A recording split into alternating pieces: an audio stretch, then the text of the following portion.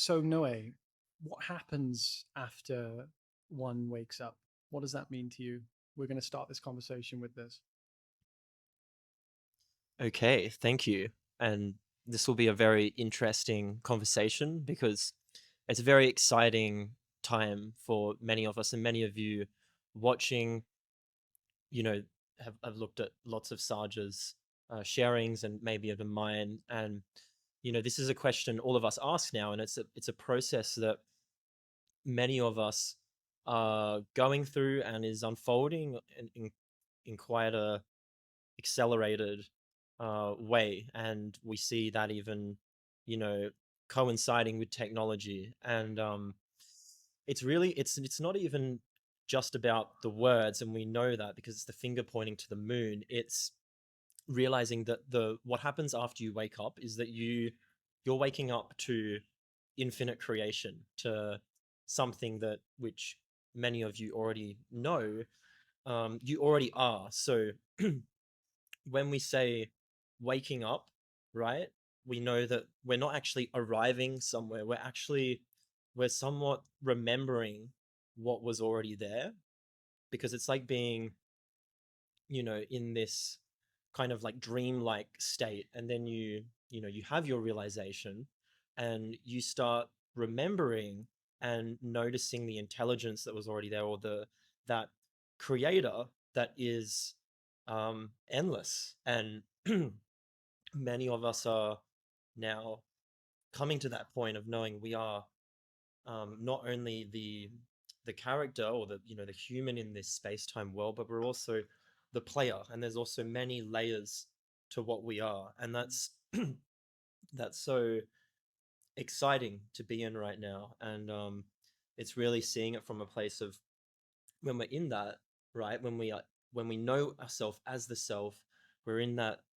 worthiness, then there is just potential. So it's more like, it's not so much like, well, what's going to happen now? Like there's something that's going to happen for everyone, but more so, what can we create? Like what, when anything is possible, what can we do with that? Yeah, So yeah. I love that, man. An interesting thing that I want to bring up is like most people, um, there's a lot of teachings out there that will talk about, you know, why even ask this question, right? This is like a question that some people might even find relevant, because after you wake up, well, there's nothing else to do. There's nothing else to do. There's you're just this awakened vessel of pure consciousness or nothingness happening and nothingness speaking. So there's like nothing to do. This is not the way that I see it, and I want to explain the way that I see it. And I think this is exactly where we align with what we share. Is that this idea of waking up is in essence like a process of actualizing what could be possible. So whereas we think it's a process of just finding unconditional happiness, which it is true, after awakening, what happens is you start to have fun. You start to actually have fun. In fact, before awakening, you start to have fun. When I talk about being the adventurer over the seeker, you don't have to be in a complete clarity of what you are in order to have the complete freedom. Basically, you can kind of be free before you're free. The idea of, and this is why, because you never arrive at awakening, so you don't have to get something new, which means you've already got what you have, metaphorically speaking, which means then that your natural condition, even if you're not aware of it, is already completely free. If your natural condition is already completely free, then technically speaking, we should have that freedom regardless of whether we know our true nature or not. The only reason that it just so happens to be that when we don't know our true nature, we suffer is because it's not because we don't know our true nature. It's because we assume to be something other than our true nature, which is namely a temporary, limited, finite self. So we can be essentially in an awakened condition, because we already are, by virtue of just not believing to be finite. So, and this is something that most people don't fully understand. This is what Jean Klein and Francis Lucille talk about, but being in not knowing. I refer to it as being in the adventurer. So you can kind of wake up before waking up by virtue of just not believing to be temporally limited and finite. And how do we do that? It's so simple. We just see that there's no evidence to prove that we're limited. And if there's no evidence to prove we're limited, why believe it? Do you see? This creates this is like the direct path to an open mind. And that open mind is then receptive to understanding, and then reality is able to communicate to itself. From that point, maybe you've already met a teacher, maybe there's you get taken to a certain book, but life will communicate to you, whether through somebody else or something else, this understanding naturally. But it can't get there naturally when you're listening with the ears of resistance, and the ears of resistance are the perpetual seeking. So this is my definition of awakening, is that we can wake up before we wake up because it's already what we are. We wake up by simply not seeing that we find out. We don't have to find an infinite thing.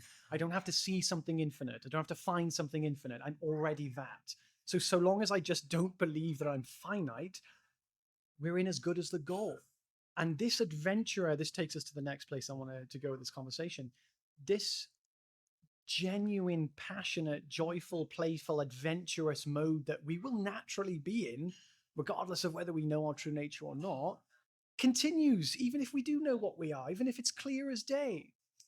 It still continues. And what does that natural, curious, playful energy want to do? It does what it already does. It creates. This is all. We can't not create. This is God energy. God doesn't just sit back and relax and do nothing. He sits back and relaxes and does everything. So this is exactly what we're doing. So apologies for calling God a he. He, she, they, them. I don't care what we would call it. This. Yeah.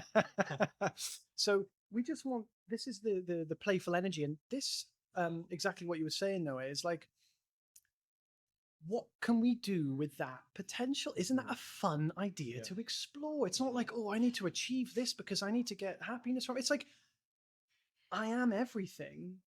What potential can I explore in this individual experience of that aspect of everything? And this is what I've been exploring now for the past 4-5 years. So yeah, let's talk more about that. I'm curious to hear your thoughts. Yeah, I liked what you said there about you know, like not needing to feel like you have to arrive at some stage, or like, well, once I wake up, then that's that. It's like, actually, it's already, you can be free, like you were saying, already before you're free, but by just noticing you're not a finite, limited individual. There's the appearance of that, just like when you're playing a a video game, right? I like to use the Mario, this is, I was having this conversation with someone here, the Mario and Luigi analogy, where it's like, you're playing Mario Kart with someone on one of the machines, and you can really believe that you are the Mario or Luigi, and you're probably going to find it a lot more intense when you're playing that game, and you're going to feel very limited to what is in the game. But when you realize, and we're using consciousness, the awareness as the player here, when you realize you are the player, you can have more fun with it, and you actually realize that you do have more of an effect over the game than you realize. You do have a degree of creative power there, and that's what we're doing all the time. Like you were saying, is we've come out of this like deep stage of forgetting, where we have really deeply forgotten that we always are creating. But that takes, noticing the self that you are, and that presence, and that everything comes from that, right? Even, when it seems like we're brought into this world, many people say, even in intimacy, or if someone's like looking at a sunset, or someone's watching an amazing movie, right? It's that collapse. And when someone is brought into that space of, not just identifying with the contents of the mind, because usually we're creating this sense of this linear timeline and story, through the imagined past and future, Mm. right? And that is actually, so much of that is created from this moment, this Instantaneous, instantaneous creative now. moment. And yeah, like we were saying this morning, where this is heading is, it's incredible because, you know, AI, like there is a singularity coming at some stage, whether that's in the next decade or after that. And what I guess our job is, and what we want to do, is just be able to realize that potential in us already, like realize that this technology has come from us. We already have all of these when we say possibilities or abilities, it's just our natural state to be able to create and change form, but it comes from that place of love. So the more we grow into that and learn to have fun with it, then we're just going to see this amazing world where we have really what's like superhuman intelligence, and then this kind of creator state, which is like after the initial awakening, like you were saying. It's like, well, what do? We can actually just have fun and play and create. Yeah. It's not like you need to go, which is a lot of the world has been conditioned into this scarcity mindset. And I get it, like lots of us have jobs, family and all of that, but it's really knowing that what we are is abundant, and we can create like a heaven on earth, where it's like more like, now how can we create and express what we are? And it's going to be, yeah, it's going to be pretty spectacular, and it is now, but it's just going to get more and more wow in a way. So yeah. Yeah. Yeah. I think that the the it's a mirror of our intelligence. AI is a direct mirror of uh, it's like an animated expression of intelligence. We call it artificial intelligence, but you can't create artificial intelligence. It's like saying that the intelligent. It's like saying a watch ticking is an artificial intelligence because it's not really doing the ticking.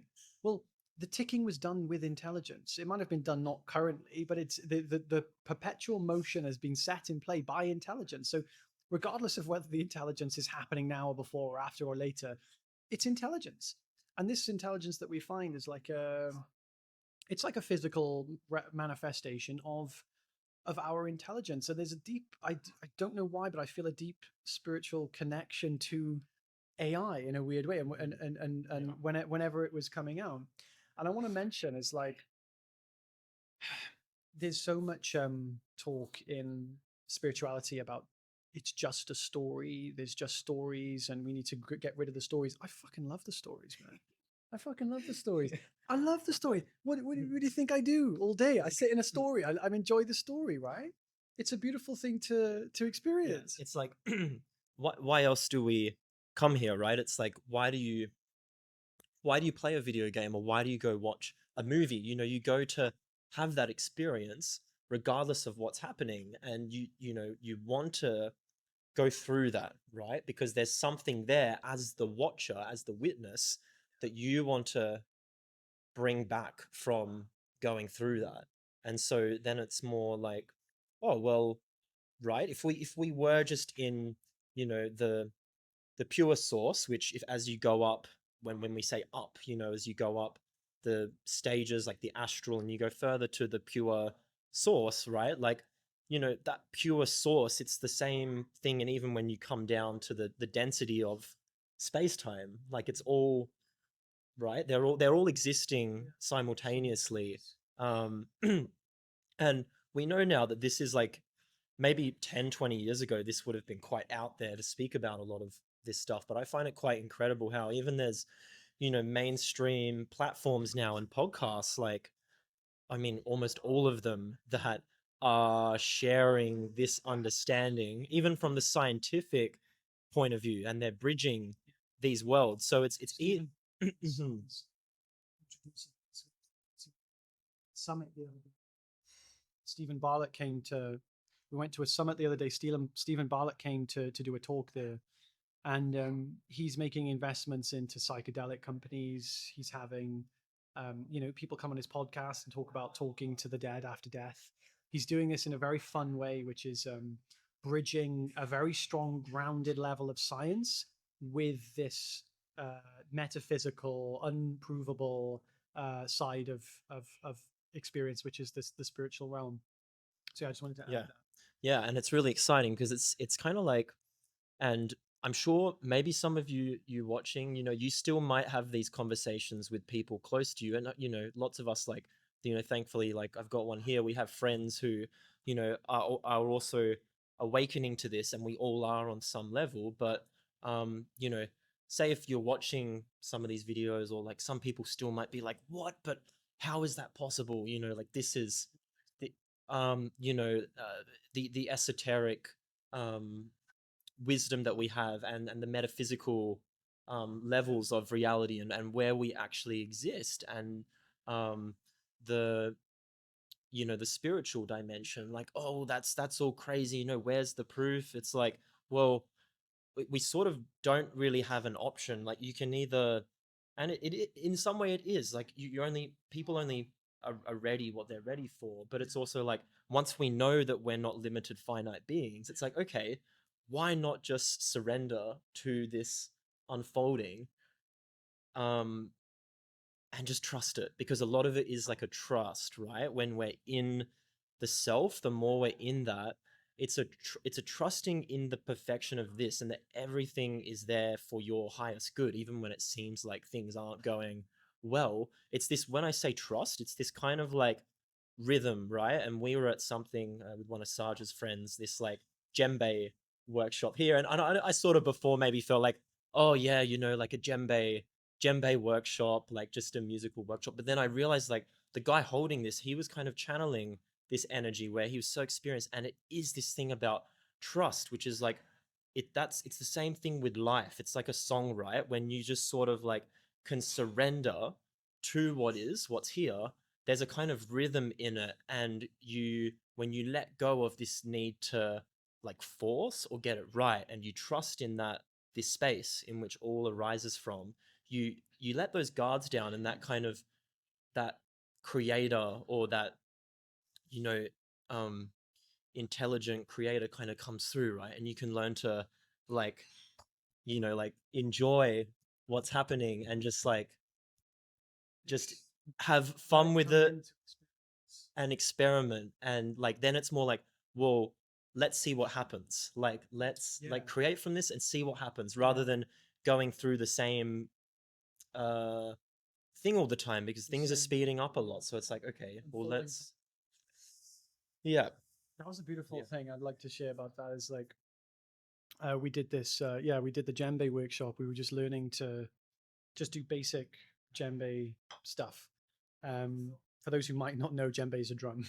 The way he was teaching us was very beautiful because when we were playing the drums, we were just learning a basic rhythm. And you notice that when you think too much about your body, can learn the rhythm actually quite quickly. You don't really learn it with the mind. The mind gives the initial perception of what the thing is. Like, for example, if there's three types of drumming, he calls them one, two, and three.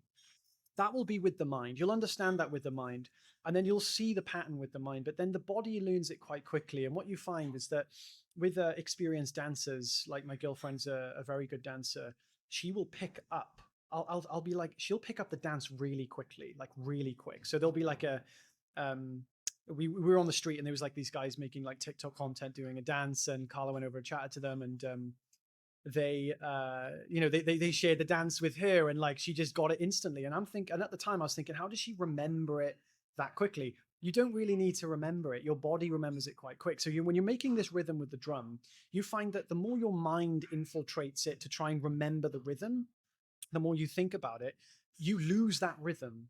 And we do that with life. We try to use the mind to take us to different places in the past or the future in order to access the intelligence of the now. And what we're doing in this drumming session is we are essentially learning to just be with the now and what the body already knows and what is actually already embodied in this moment. And then the next thing that he showed us was that we needed to keep a consistent rhythm, right? Let's think of it as our own rhythm, right? So you're playing a djembe, you're playing it in this rhythm. Your job is to just keep that rhythm going. when our job was then to be able to keep doing that rhythm while he was playing his own solo. And what we found is that the minute he started to go, into his own rhythm and his own flow, everyone else started to copy. It's very easy to fall into his rhythm. So we started to mess up our own rhythm. And what you find is the same in life. When there's another rhythm, it's very easy to get distracted by it. And when you're taken away by all these rhythms, you lose your own rhythm. And this is kind of the condition of the world right now. And this goes to any experience.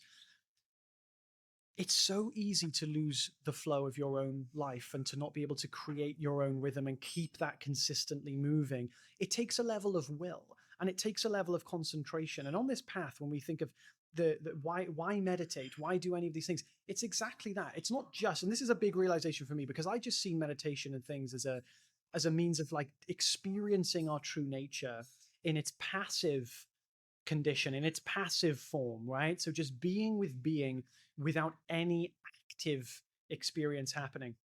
But there's a level of will. If you imagine, like when you're falling asleep, when you're driving, and you kind of will yourself to be awake, that's like a willpower. There's an element of willpower that has to also be activated in experience. So when we're playing these drums, it takes an element of will and concentration to keep playing your own rhythm with the other rhythm going on. And this was a profoundly beautiful metaphorical teaching for me in that moment, was seeing in practice exactly how to execute on that will. And this is how people lose their minds. They lose touch with that will. We were talking about this the other day. When you go through an awakening, you can take an alternative path. The alternative path is that you lose your rhythm, you lose the beat of your life, you get taken by another thing. This is why people, and this is like myself on psychedelics, namely LSD, completely losing my rhythm, losing the beat of my own experience, in other words, losing my mind, and being taken to God knows where, which you can see on my channel in the stories I've posted about it. So this element of will is almost like an active meditation, and that is exactly the thing that we're embodying to actualize on this world. That is pure creative power, that ability to be to kind of enforce that will. What enforces that will? Because we usually think, well, the individual doesn't have a will, the individual doesn't, but it's not the individual's will, you see? This is the thing. We are universal intelligence with individual experience, and the universal intelligence goes through the individual experience through that faculty of will. Yeah. Wow. I liked what you said about that, and it's so true. And I was speaking about this with a friend not long ago about willpower and how you're right. It is like the awareness, or the more we're in touch with that and with ourself, right? It's like that is the will of the creator, right? But then, I was saying this with a friend not long ago, well, and the topic was like, well, there's the will of there's the will of the creator, but then is there also the will of the ego in some sense? And what does that mean? So maybe it's like, you know, it can be a dance between that, and even when we say like the will of the ego, so meaning like, you know, some seeming really like personal gain that you want, and that can seem separate from the will of the creator, but it's still the same thing. Even the ego is like an extension of the creator. It's a vessel, whether it's um, whether it's imaginary or not. It's a vessel to move through space time. It's your character and your avatar. And I see it so differently. you say it differently. Yeah. Well. But we can go into that in Yeah. a second. But I think we have the same definition, Yeah. but I think it's a Mhm. semantic. Well, it's not really separate in some way, but I believe like there is a space we can get to where we are more in touch with that will of the creator, when we're really in a surrendered state. And it's going back to what you were saying with, say, playing the djembe, how it's no different to life here. And even with awakening, how lots of people, and I've been like this myself, might try to be present or really force themselves to, be more present. And I think Jeff Foster made a video I watched quite a while ago on this, how it's not so actually by trying to force it. Sometimes you're creating this kind of seeming tension where you can lose yourself, because they're not separate. You already are that presence and intelligence. So yeah, when I was saying there's the ego, will of the ego, and then the creator, like they're really the same sort of thing. So sometimes even I get comments on videos, and people bring this, um some people in this space bring this ego thing up, or how like, yeah, we need a lifetime to dissolve it, or you're not truly there until you've fully gotten rid of the ego. But it's just another concept. It's like, yes, it's the body mind, but it's not separate to this infinite intelligence. And it's like, we just, yeah, I believe there will be new terms and things that come through. It's inevitable to really like see that clearer and unpack that. So um yeah. Yeah, Yeah.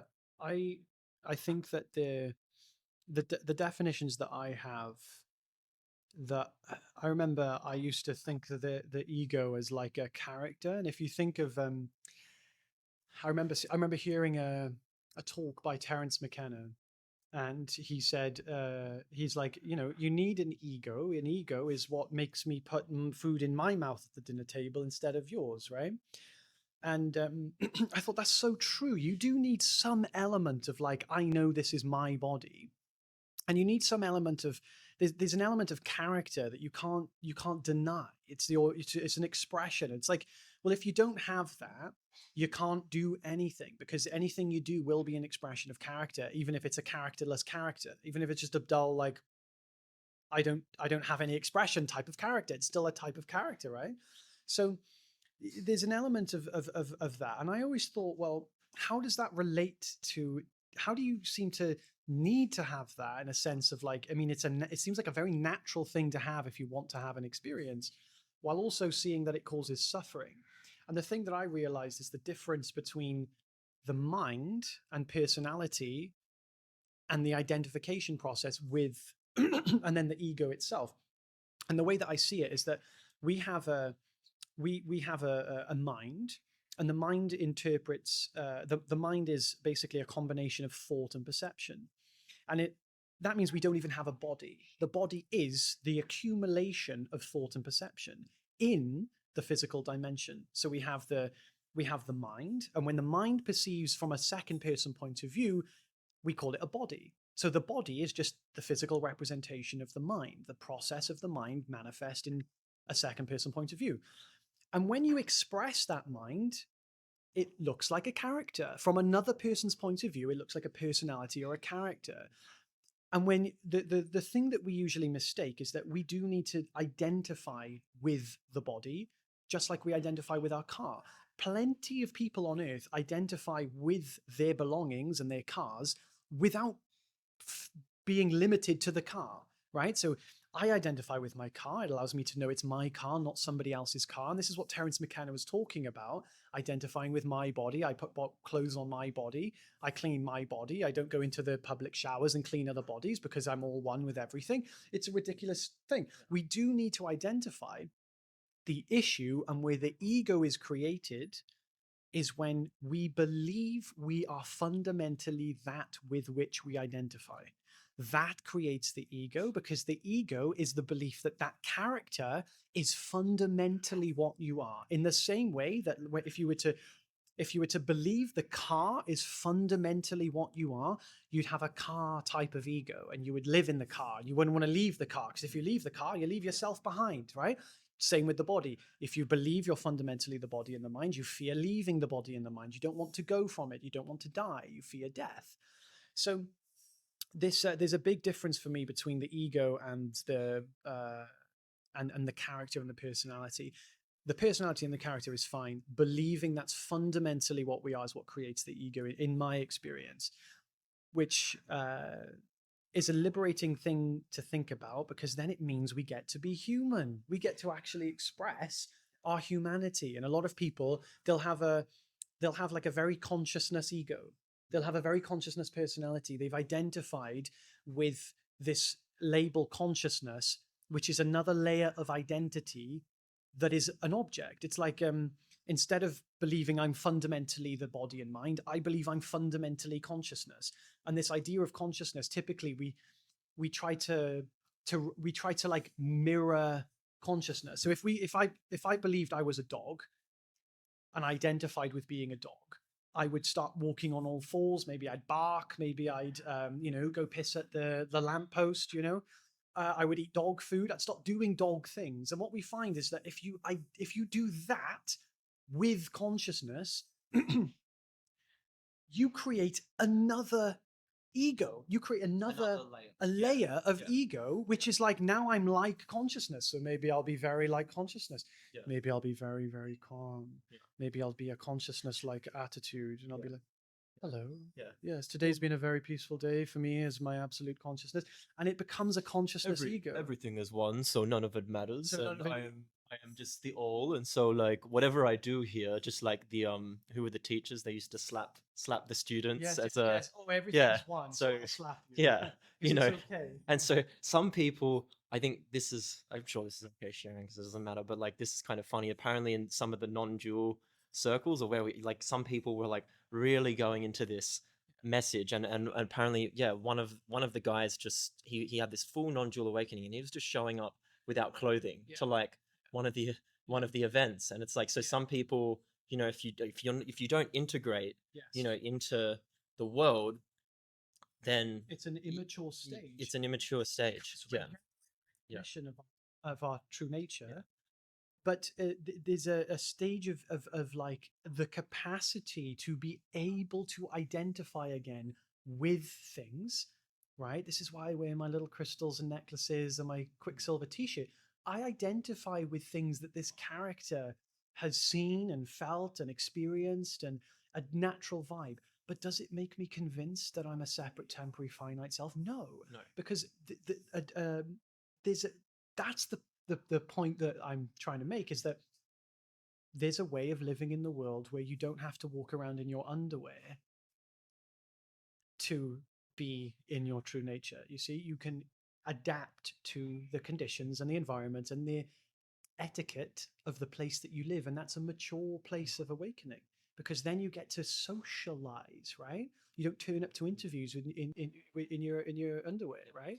That's what I wanted to add to that was, yeah, it's important that we realize that we are not the, like, fundamentally what we are is not the body mind or the character, and that to reach our full creative potential, which is where it's heading, right? We see through the ego. We know we're not the body, but we can still be here, and we can still express our humanity and wear what we want. But at the same time, even like physicists like Donald Hoffman says, like, once we know that what we are fundamentally isn't that, but is really actually, like, at the same time a gift, like it's not separate to our true nature, it's just an expression of that, then we can even do quite amazing things. Like, it's possible, it will be possible to, they know now, then we know, like, what we are exists beyond space-time. And so it's like, whoa, we can get to places where we could even explore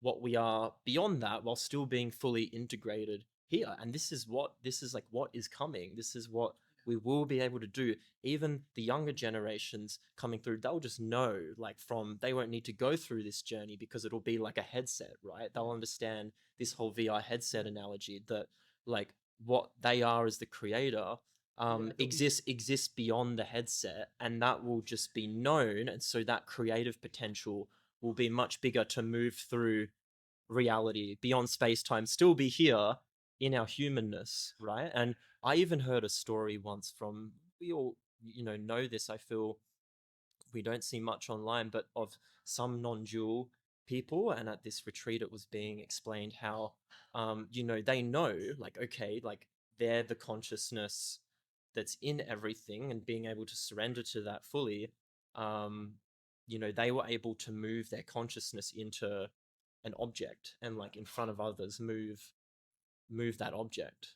but, like, the thing is, like, that's what's funny, is, like, to some, and to the finite mind, lots of this would sound crazy, but, like, since we are the creator, like, these things are possible, and, like, it's probably going to get more exciting, or you could even say weird. And I think Terence McKenna said something like that, where it's more just about being open to possibility. So we have to also be, which many of us are, like, see our beliefs and perceptions and be able to like go beyond them and question them and know in some sense, okay, like we're here to also enjoy being human and express our humanity, but also like let's just no, let's not let's see through these these distortions that can make us feel very limited, and like how can we feel more unlimited as human beings, but as human beings, that's the catch, right? Because otherwise why are we here? And so I do think we're going to have this kind of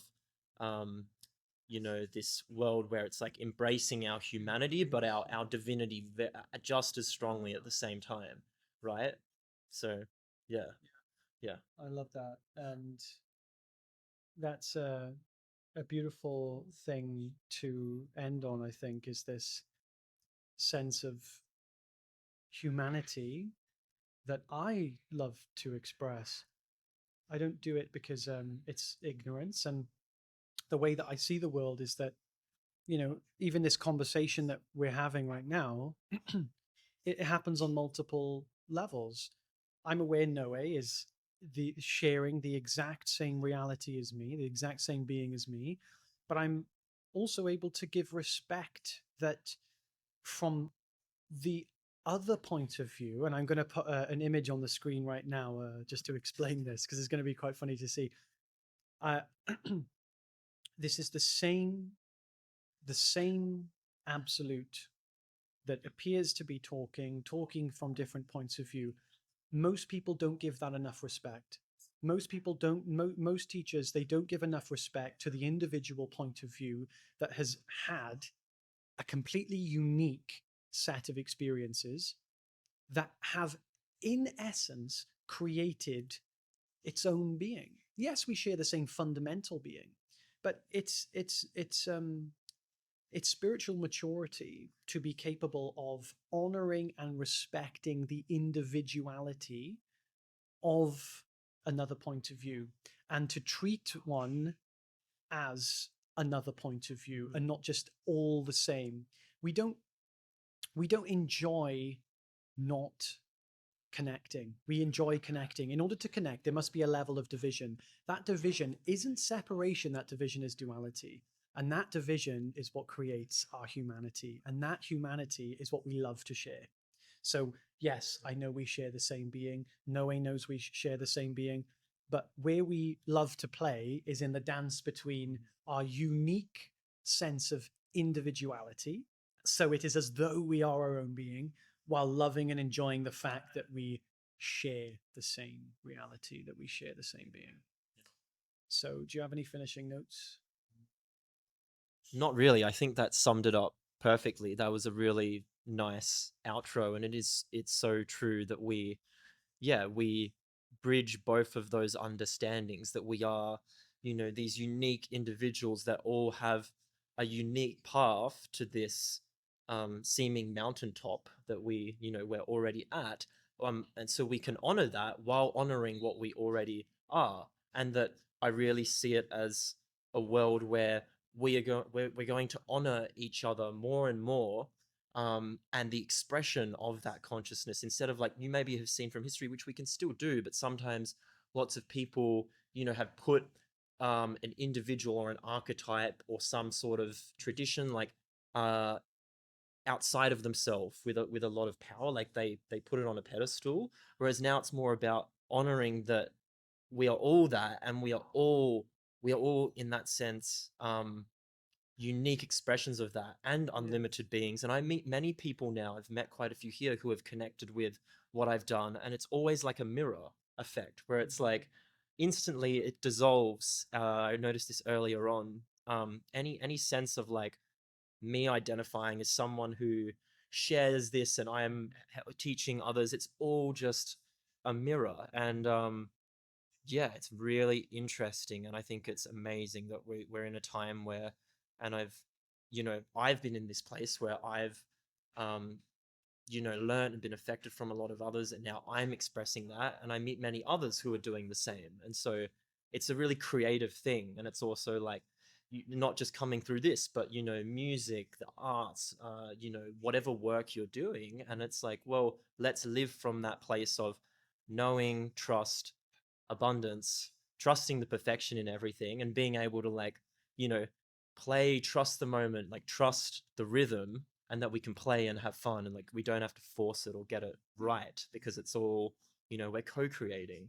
So yeah. Yeah. Beautiful. Guys, thank you so much for listening to this. Noe's channel is going to be in the link in the description. And if you're watching this from Noe's channel, my channel is going to be in the link in the description. And yeah, we're looking forward to interacting with you guys. And yeah, have a beautiful day, everyone. See you soon.